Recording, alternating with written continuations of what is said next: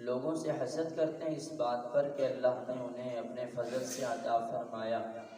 فقد آتینا آل ابراہیم الکتاب والحکمہ، تو یہ تو پکی بات ہے کہ ہم نے ابراہیم کی اولاد کو کتاب بھی دی، حکمت بھی دی۔ وآتیناہم ملکا عظیما، اور ہم نے انہیں بڑی بڑی بادشاہتیں اور سلطنتیں بھی دی۔ فمنہم من آمن بہ ومنہم من صد عنہ، بس ان میں سے کچھ لوگ ایسے ہیں جو اس پر ایمان لاتے ہیں، اور کچھ لوگ ایسے ہیں کہ جو اس سے منہ موڑ لیتے ہیں۔ وَكَفَى بِجَهَنَّمَ سَعِيرًا، اور جہنم ان کی خیر خبر لینے کے لیے کافی ہے۔ سورہ نساء پارہ نمبر 5 کی 2 آیات مبارکہ تلاوت ہوئی ہیں۔ ان آیات مبارکہ میں اللہ سبحانہ وتعالی نے حق کو قبول نہ کرنے کی کچھ وجوہات بیان فرمائی۔ بسا اوقات انسان کے سامنے ایک بات بالکل واضح ہوتی ہے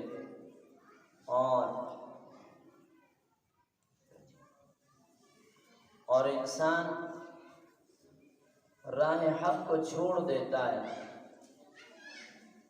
راستہ صحیح ہونے کے باوجود اختیار نہ کرنا، اس کی 2 وجوہات ہیں۔ نمبر 1، انسان اس راستے سے جاہل ہے، اس کو پتہ ہی نہیں ہے کہ یہ راستہ صحیح ہے تو کیسے چلے گا۔ نمبر 2، اس شخص کو راستہ تو معلوم ہے لیکن حسد کی وجہ سے اس راستے پر چلنا نہیں چاہتا۔ راستہ بالکل ٹھیک ہے لیکن کہتے ہیں چونکہ اس راستے پر وہ لوگ چل رہے ہیں سو میں نہیں چلوں گا۔ آپ حضرات جانتے ہیں جب رسول اللہ، سب کہہ دیں تھوڑا سا محبت سے کہہ دیں، ایسے حضور کا نام آئے تو مسکرا کر ہم درود پڑھیں۔ ہمارا ہر درس درود شریف کا درس ہو، ہماری ہر محفل درود شریف کی محفل ہو۔ میں آپ کو عجیب بات بتاؤں، لاہور آپ ٹی ہاؤس میں مشاعرہ ہو رہا تھا، شعراء بیٹھے ہوئے تھے، تو اختر شیرانی بیٹھا تھا۔ یہ اختر شیرانی بڑا شاعر گزرا ہے، یہ شراب پہ شراب پیے جا رہا ہے۔ اتنے میں وہ جو نوجوان آئے ہوئے تھے اس سے ملاقات کرنے کے لیے، کسی نے کہہ دیا اجی وہ اقبال کے بارے میں آپ کا کیا خیال ہے؟ تو شیرانی کہنے لگا چھوڑو یار اقبال کو، وہ تو کل کو میرے سے اشعار ٹھیک کراتا تھا۔ پھر کسی نے کہا وہ جی غالب کے بارے میں کیا خیال ہے؟ تو کہنے لگا جی غالب کو تو میں نے شعر کہنا سکھایا تھا۔ اس طرح کی نشے میں باتیں کرتا رہا۔ اچانک اس نے کہا، کسی منچلے نے، اجی محمد الرسول اللہ صلی اللہ علیہ وسلم کے بارے میں آپ کا کیا خیال ہے؟ اللہ اکبر! بس یہ کہنے کی دیر تھی کہ اختر شیرانی نے وہ شراب کی بوتل اٹھا کے اس کے سر پہ ماری اور زاروں قطار رونے لگا۔ پھر ایک جملہ اس نے کہا، اختر شیرانی کہنے لگا ظالم، تو مجھ سے میرا آخری سہارا بھی چھیننا چاہتا ہے، تو مجھ سے میرا آخری سہارا بھی چھیننا چاہتا ہے۔ یعنی اللہ جل شانہ کے یہاں ہمارے لیے سب سے آخری امید تو رسول اللہ صلی اللہ علیہ وسلم ہے کہ آپ صلی اللہ علیہ وسلم نے اللہ کے یہاں ہماری سفارش کرنی ہے۔ تو حضور پر جتنا زیادہ ہو سکے درود شریف پڑھا کریں، اور بالخصوص یہ جو دکانوں والے دوست میرے بیٹھے ہیں نا، میں ان سے درخواست کرتا ہوں، دکان پہ آپ کو فرصت ملتی ہے، کوئی ضروری بات نہیں کرنی، بس درود شریف پڑھیں، صلی اللہ علیہ وسلم صلی اللہ علیہ وسلم صلی اللہ علی النبی الامی، استغفار کرتے رہیں، استغفر اللہ استغفر اللہ استغفر اللہ، یہ آپ کے وقت کو قیمتی بنا دے گا۔ خیر، تو میں عرض کر رہا تھا کہ جب رسول اللہ صلی اللہ علیہ وسلم مدینہ منورہ تشریف لائے تو یہاں جو یہودی تھے وہ یہ بات 100% جانتے تھے کہ یہ جو نبی ہے نا حضرت محمد صلی اللہ علیہ وسلم، یہ اللہ کے سچے نبی ہیں، اللہ کے سچے پیغمبر ہیں۔ لیکن اس کے باوجود خود ایمان تو لائے نہیں، الٹا وہ جو مکہ کے مشرکین تھے ان کو جا کے پٹیاں پڑھانے لگے، کہنے لگے یار ایک کام کرو، ہم بھی تمہارے ساتھ ہیں، تم آ جاؤ، ہم اور تم مل کر اس نبی کا توبہ نعوذ باللہ خاتمہ کرتے ہیں۔ حالانکہ جانتے تھے کہ یہ نبی سچا ہے، اور قرآن کریم ہمیں بتاتا ہے یہ ایسے جانتے تھے الذین آتیناہم الکتاب یعرفونہ کما یعرفون ابناءہم، یہ جو انجیل کو ماننے والے لوگ، یہ جو تورات کو ماننے والے لوگ تھے، یہ اپنے بیٹے کو اتنا نہیں زیادہ جانتے تھے جتنا زیادہ سونے مصطفیٰ کو جانتے تھے۔ کیوں؟ کیونکہ تورات میں بھی اور انجیل میں بھی رسول اللہ صلی اللہ علیہ وسلم اور آپ کے صحابہ کی ساری نشانیاں موجود ہیں۔ بلکہ جب حضرت عمر رضی اللہ تعالی عنہ بیت المقدس تشریف لے جا رہے تھے تو آپ جانتے ہیں کہ انہوں نے بیت المقدس کی فصیل پہ کتابیں اٹھائی ہوئی تھی، اور ان عیسائیوں کے ہاتھ میں انجیل مقدس تھی، اور وہ ادھر سے انجیل کو دیکھتے تھے اور ادھر سے حضرت عمر کے چہرے کو دیکھتے تھے۔ انجیل ان کو بتا رہی تھی کہ اس بیت المقدس کو فتح کرنے والا اگر کوئی ہوگا تو وہ سونے مصطفیٰ کریم کا یار غار حضرت عمر فاروق ہوگا۔ یہ اس کے باوجود نہیں مانے، الٹا جا کر دوسروں کو پٹیاں پڑھائیں۔ قرآن کہتے ہیں انہوں نے کیوں نہیں مانا؟ اچھا اگر آپ حضرات ناراض رہو تھوڑا سا قریب آ جائیں، ناراض تو نہیں ہوں گے نا؟ آ جائیں، اس طرف ادھر والے بھی تھوڑا تھوڑا اللہ آپ سب سے راضی ہو جائے، ادھر والے بھی تھوڑی سی ہمت کر لیں۔ زبیر آپ بھی آگے آ جائیں بیٹا، ہاں جتنا مل کے بیٹھتے ہیں اتنا اللہ کی رحمتیں برستی۔ تو قرآن کہتا ہے یہ لوگ کیوں نہیں مانتے؟ ام لہم نصیب من الکتاب ام لہم نصیب من الملک، کیا اللہ کی بادشاہت میں ان کا کوئی حصہ ہے؟ یہ سمجھتے ہیں توبہ نعوذ باللہ کہ اللہ تعالیٰ ان سے پوچھ کر سارے معاملات کو تقسیم کرتا ہے، نہیں، وہ تو اللہ کے ہاتھ میں۔ اگر ان کے ہاتھ میں اختیار ہونا فَإِذًا لَا يُؤْتُونَ النَّاسَ نَقِيرًا، یہ لوگ تو لوگوں کو ایک کھجور کا وہ جو شگاف ہوتا ہے وہ بھی نہیں دیں گے۔ کھجور جانتے ہیں آپ لوگ، روزے میں کھاتے ہوں گے اسے افطاری کے وقت میں، ہاں افطار کھجور سے سنت ہے، کھجور نہ ملے تو پانی سے بھی سنت ہے، وہ نہ ملے تو لسی کے گھونٹ سے بھی سنت ہے۔ لیکن اللہ تعالیٰ کھجور والوں کو جزائے خیر عطا فرمائے، 500 روپے کلو کر دیا، اب ہمارے جیسا آدمی سوچتے ہوئے بھی پریشان ہوتا ہے، کھجور کھانی چاہیے۔ خیر وہ جو کھجور ہم اندر سے اس کی گھٹنی نکلتی ہے، دیکھیں آپ نے، گھٹنی کے درمیان میں ایک چھوٹا سا پل سا بنا ہوا ہوتا ہے، اس کو کہتے ہیں نقیر۔ اللہ فرما رہے ہیں اگر ان لوگوں کے ہاتھ میں سارے معاملات دے دیے جائیں تو یہ تو اس کھجور کی گھٹنی تو کیا، وہ گھٹنی کا وہ شگاف بھی کسی کو نہیں دیں گے۔ یہ تو اللہ ہے، جس کو چاہتا ہے کلیم بناتا ہے، جس کو چاہتا ہے خلیل بناتا ہے، اور جس کو چاہتا ہے سونا مصطفیٰ کو حبیب بنا دیتا ہے۔ تو اس کی بادشاہت ہے، یہ تو اس کی عطا ہے۔ تو یا تو اس لیے نہیں مانتے کہ یہ سمجھتے شاید تقسیم ہمارے ہاتھ میں۔ دوسرا، ام یحسدون الناس، یہ ظالم لوگوں سے حسد کرتے ہیں، علی ما آتاہم اللہ من فضل، اس بات پر کہ اللہ نے اپنے فضل سے ان کو کیوں دیا۔ یہ یہودی، یہ عیسائی جو نہیں مانتے تھے ہمارے نبی کریم صلی اللہ علیہ وسلم سے، حسد کی وجہ سے نہیں مانتے تھے۔ اس کو کیوں مل گیا؟ اچھا نبوت ہمارے خاندان میں چل رہی تھی، یعنی اسحاق علیہ السلام کی اولاد، اچھا یہ اسماعیل کے ایک فرزند کو کیوں نبوت مل گئی؟ اوہ نہیں ہے نبی سچا، ماننا نہیں، بھائی کیوں نہیں ماننا ہے؟ بس کس کو نہیں ماننا ہے؟ حسد۔ یاد رکھیے یہ حسد ایک ایسی بیماری ہے جس سے انسان کی دنیا بھی تباہ ہوتی ہے اور جس سے انسان کی آخرت بھی برباد ہو جاتی ہے۔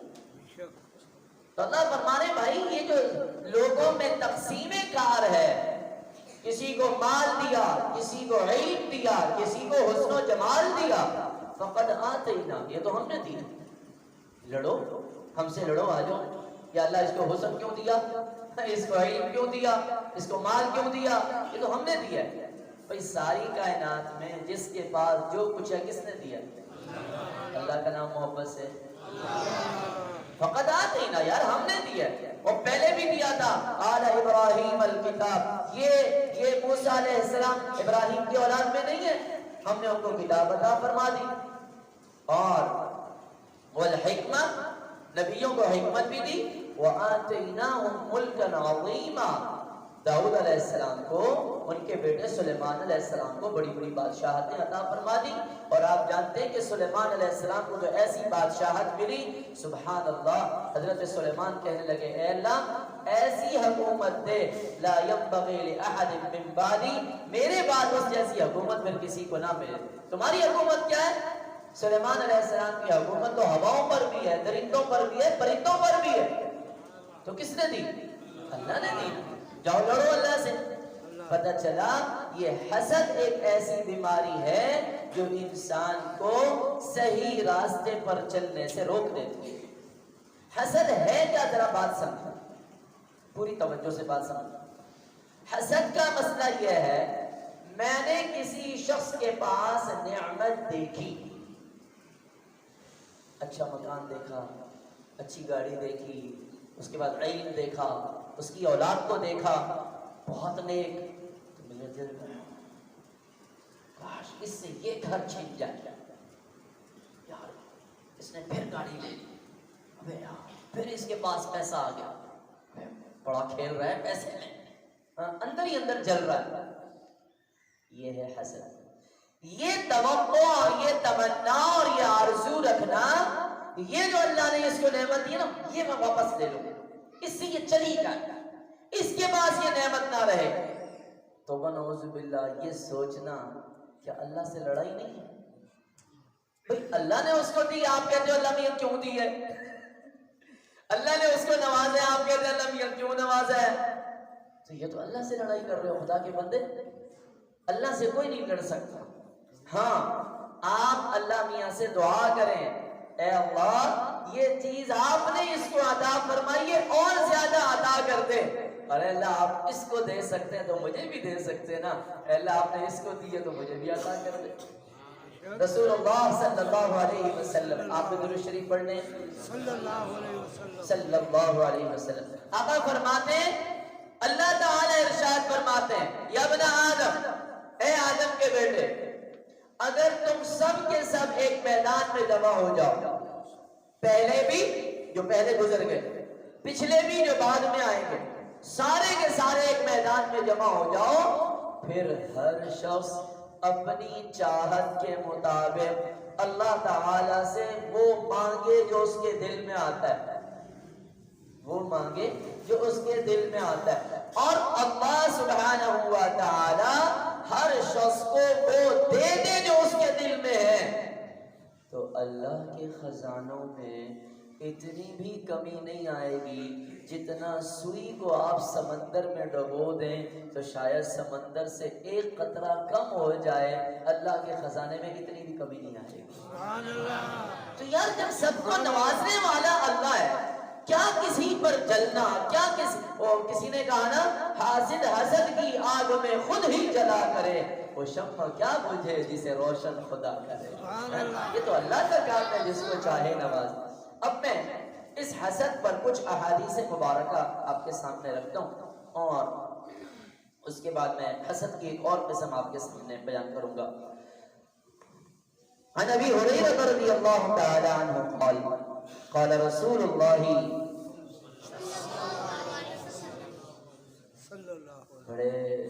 بڑے سخی لوگ ہیں آپ، مجھے آدھا کپ چائے نہ پلائیں، لیکن اگر آپ نے درود شریف پڑھا نا، آپ سے بڑا سخی کوئی نہیں ہے۔ حضور کا نام آتے ہی بس درود شریف۔ عن ابی ہریرہ رضی اللہ تعالی عنہ قال قال رسول اللہ صلی اللہ علیہ وسلم، لا يجتمع في جوف عبد مؤمن غبار في سبيل الله وفيح جهنم، ولا يجتمع في جوف عبد مؤمن الایمان والحسد۔ آقا کریم صلی اللہ علیہ وسلم نے فرمایا، ایسا نہیں ہو سکتا کہ کسی مسلمان کے جسم پر اللہ کے راستے کا گرد و غبار بھی لگا ہو اور پھر اس جسم پر جہنم کی آگ بھی پہنچ جائے. سبحان اللہ سبحان اللہ. اور ایسا بھی نہیں ہو سکتا کہ ایک مسلمان کے دل میں ایمان ہو. ایمان بھئی ہم سب ایمان والے ہیں نا الحمدللہ. ایسا نہیں ہو سکتا کہ ایک شخص کے دل میں ایمان بھی ہو اور پھر اسی دل میں حسد بھی ہو. ایسا نہیں ہو سکتا. یعنی یہ ممکن نہیں ہے کہ ایک شخص اللہ کو مانتا ہو, اللہ کی تقسیم کو مانتا ہو, اللہ کی قدرت کو مانتا ہو اور پھر وہ حسد کرے. وہ تو یہی سوچے گا بھائی اس کو جو دیا ہے اللہ نے دیا ہے, میں کیا اللہ سے لڑائیاں کرتا پھروں. تو ایک دل میں ایمان اور حسد جمع نہیں ہو سکتا. ایک شخص کے اندر ایک ہی جگہ پر اللہ کے راستے کا غبار یہ جہاد میں لڑتا رہا اور جسم پر گرد و غبار لگا تو گرد و غبار بھی لگے پھر جہنم کی آگ بھی اس کو پہنچے, ایسا ممکن نہیں. دوسری حدیث رسول اللہ صلی اللہ علیہ وسلم نے ارشاد فرمایا دب الیکم داء الامم قبلکم. پچھلی امتوں میں کچھ ایسی بیماریاں تھیں جنہوں نے ان قوموں کو ہلاک اور برباد کر دیا. وہ کیا ہے؟ الحسد والبغضاء. حسد اور بغض. حسد اور بغض یہ دو بیماریاں ہیں جنہوں نے پچھلی قوموں کو تباہ کر دیا. پھر فرمایا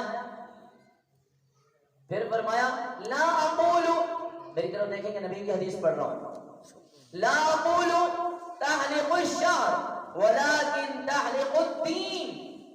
میں یہ تھوڑی کہہ رہا ہوں کہ یہ حسد آپ کے بالوں کو ختم کر دے گا. یہ تو ایک استرا ہے, یہ بالوں کو ختم نہیں کرتا ہے. یہ حسد آپ کے دین کو ختم کر دیتا ہے. یہ حسد آپ کے دین کو ختم کر دیتا ہے. تیسری حدیث رسول اللہ صلی اللہ علیہ وسلم نے ارشاد فرمایا یوں ایک محفل لگی ہے اور آقا کریم حضرت محمد صلی اللہ علیہ وسلم نے ارشاد فرمایا ابھی جو بندہ تمہارے سامنے سے گزرے گا نا وہ جنتی ہے. سبحان اللہ. زندگی میں دنیا میں جنت کی خوشخبریاں مل رہی ہیں. سبحان اللہ. زندگی میں خوشخبریاں مل رہی ہیں. تو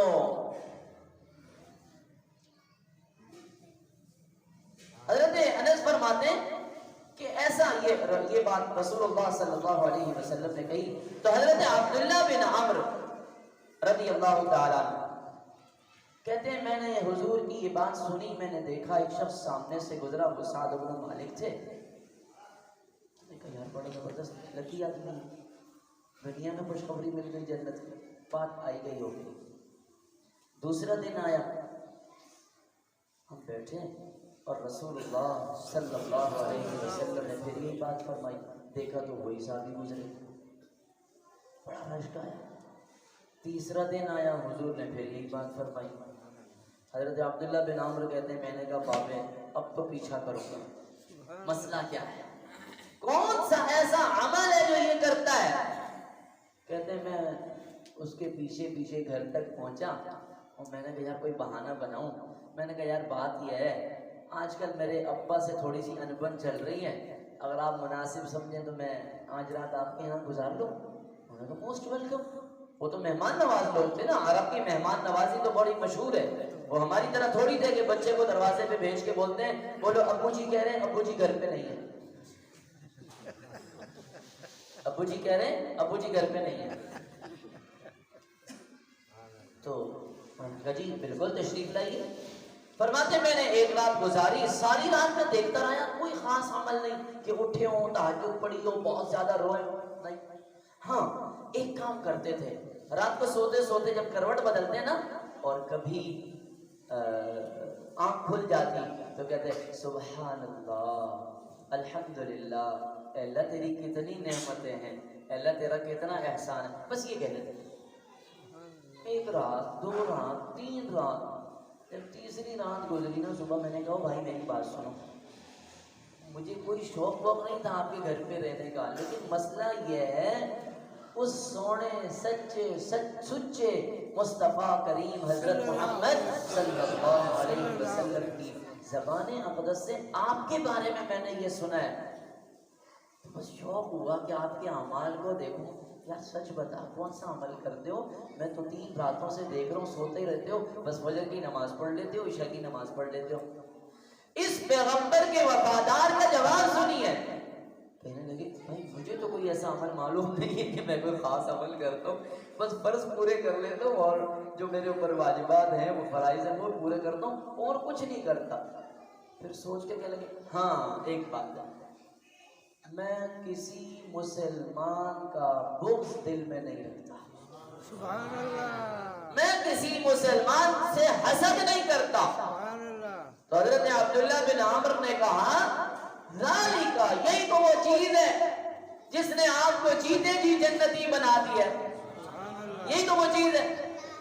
اچھا اب اس پر میں ایک واقعہ عرض کروں پھر ایک اور قسم میں آپ کو بتاؤں. آپ حضرات کو دیر تو نہیں ہو رہی؟ دکان تو نہیں کھول رہی؟ امام غزالی رحمۃ اللہ نے بڑا عجیب واقعہ لکھا ہے. فرماتے ہیں ایک بادشاہ نے ایک مولوی صاحب کو دربار میں ملازم رکھ لیا. کام کیا ہے مولانا صاحب کا؟ مولانا صاحب تشریف لاتے ہیں اور بادشاہ کو روزانہ کہتے ہیں اے بادشاہ آپ بس نیکی کیے جائیں، جو شخص برائی کرے گا اس کو اپنے برے کی سزا خود ملے گی. آپ نیکی کیے جائیں، جو شخص برا کرے گا اس کو اپنے برائی کی سزا خود ملے گی. بس وہ آتا ہے روزانہ اس طرح کی کچھ نصیحتیں کرتا ہے چلا جاتا ہے. تو یہ وزیر بیچارے چھوٹے دل کے ہوتے ہیں. میں کہا صحیح مولوی صاحب کے دسو گھڑی پگھارا، اتنی تنخواہ ہے، پروٹوکول ہے، کام کیا ہے اس کا؟ بس آگے بادشاہ کو 2-4 باتیں سناتا ہے اور بھی اس کی نوکری تیل کرواتے ہیں. وزیر نے کیا کیا؟ جلن ہے نا، حسد ہے. وزیر نے کیا کیا؟ بادشاہ کے کان میں جا کے کہا سائیں دسو آپ کو پتہ نہیں ہے یہ جو مولوی صاحب ہے نا آپ کے سامنے بہت اچھا بنا پھرتا ہے، اس کی حقیقت پتہ ہے آپ کو؟ یہ آپ سے نفرت کرتا ہے اور یہ کہتا ہے بادشاہ سے بدبو آتی ہے. ہاں اس نے یہ کہا ہے، دیکھتا ہوں میں اس کو. تحقیق تو کرنی نہیں تھی. ادھر سے وزیر نے بادشاہ کو یہ کہا، ادھر سے اس مولوی صاحب کی دعوت کی. اس بیچارے کو تو نہیں پتا میرے ساتھ کیا ہو رہا ہے. مولوی صاحب کی دعوت کی.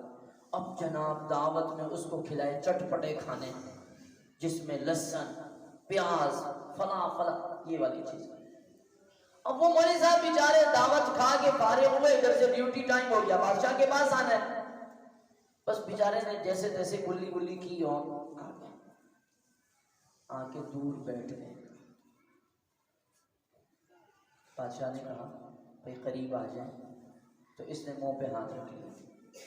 بادشاہ نے کہا ہاں وزیر سچ کہتا تھا، اس کو میرے سے بو آتی ہے نا اس واسطے اس نے منہ پہ ہاتھ رکھ لیا. بیٹھ جائے گا. مولوی صاحب کو بٹھا دیا. اب اس بیچارے کو کیا پتا کہ کہانی کیا چل رہی ہے، مسئلہ کیا ہے. اس نے پرچی لکھی، سمجھے بات، پرچی لکھی. بادشاہ نے خط لکھا اور اس کو کہا آپ جائیے اور فلاں گورنر کو دے دیجیے. تو اس نے سمجھا بھائی میرے لیے کوئی انعام اکرام کوئی انعامات ہوں گے. یہ بیچارہ پرچی لے کے نکلا. تھوڑا سا آگے گیا تو اسی وزیر سے ملاقات ہو گئی. ارے مولانا صاحب خیریت ہے؟ طبیعت ٹھیک ہے؟ جی ٹھیک ہے. کہاں جا رہے ہو؟ اور یار مجھے بادشاہ نے اس گورنر کے پاس بھیجا اور کہا یہ خط دے آؤ. وزیر نے کہا ہو نہ ہو اس میں تو انعامات ہوں گے اور پھر یہ انعامات مولوی کو مل جائیں، ایسا نہیں ہونے دو. کہا مولانا صاحب آپ شریف آدمی ہو، کہاں اتنا سفر کرتے پھرو گے خط کی خاطر، تو میں چلا جاتا ہوں خط دے کر آ جاؤں. خط ہی دے دینا. اس نے کہا جی یہ خط اس کو پکڑا دیا. حضرت پہنچے وزیر موصوف گورنر کے پاس. گورنر نے خط کھولا. میں نے کہا پتہ ہے بھائی اس میں کیا لکھا ہے؟ مجھے نہیں پتا کیا لکھا ہے. بھائی اس میں لکھا ہوا ہے یہ بندہ جو آپ کے پاس خط لے کے آ رہا ہے اس کی گردن اتار دو، اس کی کھال اتارو اور اس کھال میں کچرا بھرو اور وہ کھال میرے پاس بھیجو اور اس کا سر بھی میرے پاس بھیج دو۔ وزیر میں نہیں تھا بھائی، وہ مولوی تھا۔ نہیں بھائی، خط آپ لائے ہو، یہ بادشاہ کا فرمان ہے، میں تو بادشاہ کے آگے مجبور ہوں، میں نے تھوڑی اپنی نوکری ختم کرنی، یہ لکھا ہوا ہے۔ جلاد کو کہا لاؤ تلوار، گردن کٹ گئی، سر پہنچا بادشاہ کے پاس، سمجھے؟ اب یہ گورنر، ظاہر ہے اس وقت یہ والی گاڑیاں تو تھی نہیں، ہوائی جہاز، اونٹوں کا گھوڑوں کا سفر ہوتا تھا۔ دوسرا دن آیا تو وہ بادشاہ کی دربار میں، مولوی صاحب پھر ڈیوٹی پہ پہنچ گیا۔ بادشاہ نے کہا بھائی تم کیسے آ گئے؟ انہوں نے کہا جی وہ خط کہاں ہے؟ ہاں جی وہ گورنر کے پاس ہے۔ اوہو، بادشاہ نے کہا مولوی صاحب تمہیں معلوم ہے وہ خط میں کیا تھا؟ تو جی مجھے نہیں پتا۔ جی اس میں لکھا ہوا تھا اس کی گردن اڑا دو۔ اچھا، اور تمہیں معلوم ہے آپ نے میرے بارے میں یہ کہا تھا کہ میرے سے بدبو آتی ہے؟ کہا جی میں نے تو نہیں کہا، مجھے تو پتہ ہی نہیں ہے۔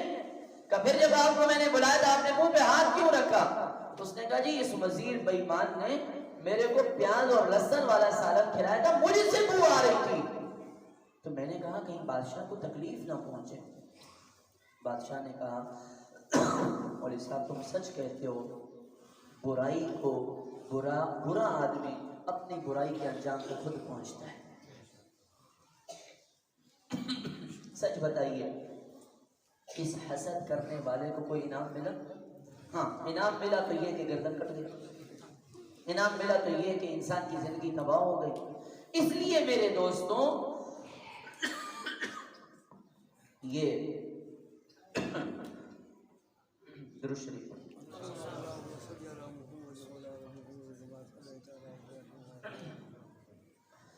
یہ عورتوں میں بیماری بہت زیادہ ہے حسد کی۔ کسی کا اچھا سوٹ دیکھ لیا پھر سوٹ لے، کسی کے گھر میں کوئی اچھا پینٹ دیکھ لیا تو آگے شوہر کو ستائے گی۔ اب وہ کہیں گے ہم غریب ہیں، انہوں نے ایسا آئل پینٹ کرایا ہم کیوں نہیں کرا رہے؟ اس کو جا کر بتائیں اللہ کی بندی یہ حسد انسان کے دین کو تباہ کرنے والی چیز ہے۔ اب حسد ہے بھائی اس کا صحیح راستہ تو بتاؤ نا۔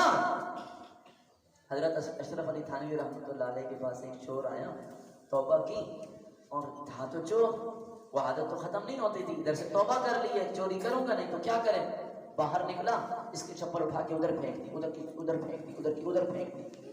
تو شاہ صاحب نے فرمایا بھائی یہ کیا کر رہے ہو؟ کہا حضرت چوری کی عادت تو ختم ہوئی نہیں، اب وہ چوری کر نہیں سکتا تو چلو عادت تو پوری کرو۔ تو انسان کے دل میں یہ مادہ تو ہے، حسد کہاں نکالیں؟ رسول اللہ صلی اللہ علیہ وسلم نے اس کا حل بتایا۔ میں آخری حدیث سنا کے بات ختم کر رہا ہوں۔ آقا کریم صلی اللہ علیہ وسلم نے ارشاد فرمایا لا حسد الا فی اثنتین، بھئی حسد جائز نہیں ہے، حسد حرام ہے، حسد دین کو تباہ کرنے والا ہے۔ ہاں دو چیزیں ہیں جس میں حسد کرنا جائز ہے، سمجھے بات؟ بتا دوں دونوں چیزیں، سن رہے ہیں آپ توجہ سے؟ نمبر ایک، رجل آتاہ اللہ مالا، ایک وہ آدمی جس کو اللہ نے مال عطا فرمایا، فَيُنْفِقُ مِنْ آنَاءِ اللَّيْلِ وَأَطْرَافَ النَّهَارِ، وہ اس مال میں سے اللہ کے راستے میں دن کو بھی خرچ کرتا ہے رات کو بھی خرچ کرتا ہے۔ اس کے ساتھ حسد کرو۔ کیا حسد کرو؟ یا اللہ اس کو آپ نے مال دیا ہے، یہ روزانہ 2 لاکھ روپے تیرے راستے میں خرچ کرتا ہے، اللہ آپ نے میرے کو مال دیا ہے میں 3 لاکھ روپے خرچ کر کے دکھاؤں گا، اس میں حسد کرو۔ اے اللہ یہ روزانہ تیرے راستے میں اتنا کچھ کر رہا ہے، میں نے اتنا کچھ کرنا ہے۔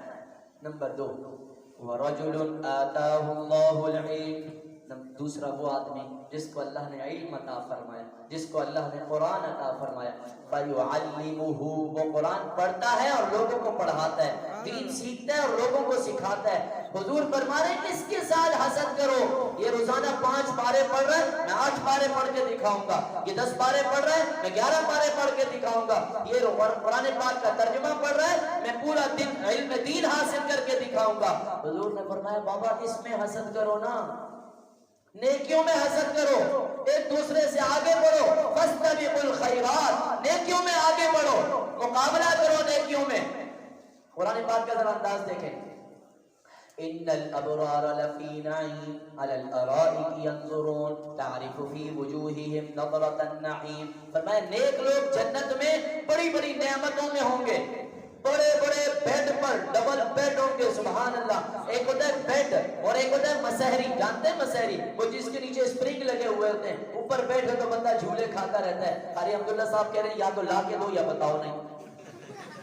وہ جو مسہری ہوتی ہے نا وہ خاص ہوتی ہے جنت میں، وہ مسہریاں ہوں گی. تو فرمایا یہ جنت والے مسہریوں پر ہوں گے. تعرف فی وجوہہم نظرۃ النعیم. سبحان اللہ. ایک دوسرے کے چہروں کو دیکھ رہے ہوں گے. یہ اس کو دیکھ کر مسکرا رہا ہوگا، وہ اس کو دیکھ کر مسکرا رہا ہوگا، اور ان سب کو دیکھ کر اللہ مسکرا رہا ہوگا. آگے سنیں. یسقون من رحیق مختوم. ان کو ایسی جنت میں شراب پلائی جائے گی جن کے اوپر مہر لگے ہوگی، مشک و عنبر کی مہر ہوگی. وہ شراب دماغ کو خراب نہیں کرے گی. یسقون من رحیق مختوم ختامہ مسک. مہر لگی ہوگی مشک کی. اب اللہ فرما رہے ہیں اے ایمان والو فی ذالک فلیتنافس المتنافسون. اس جنت کے لینے میں ایک دوسرے سے آگے بڑھو نا. اتنے اعمال کرو، اس کو 3 منزلہ جنت ملے تو آپ کو 10 منزلہ جنت ملے. ارے یہ حافظ قرآن جا رہا ہے، الف لام سے الحمد سے شروع کرتا ہے، والناس پہ ختم کرتا ہے، جتنی آیات پڑھ رہا ہے اتنی سیڑھیاں چڑھ رہا ہے. تو سوچنے والا سوچے اللہ میاں یہ 6666 سیڑھیاں چڑھے گا، میں قرآن کریم حفظ بھی کروں گا اور میں قرآن کریم کا علم بھی حاصل کروں گا. مجھے اس حافظ سے بڑی جنت چاہیے. اللہ فرما رہا فی ذالک. ارے بابا حسد کرنا ہے، ایک دوسرے سے آگے بڑھنا ہے تو اس میں آگے بڑھو. سمجھ میں آئی آپ کو بات؟ ہاں اس میں حسد جائز ہے. مال خرچ کرنا اللہ کے راستے میں، اس میں حسد کرے. اس نے 4 رکعت پڑھی، مجھے 6 پڑھنی.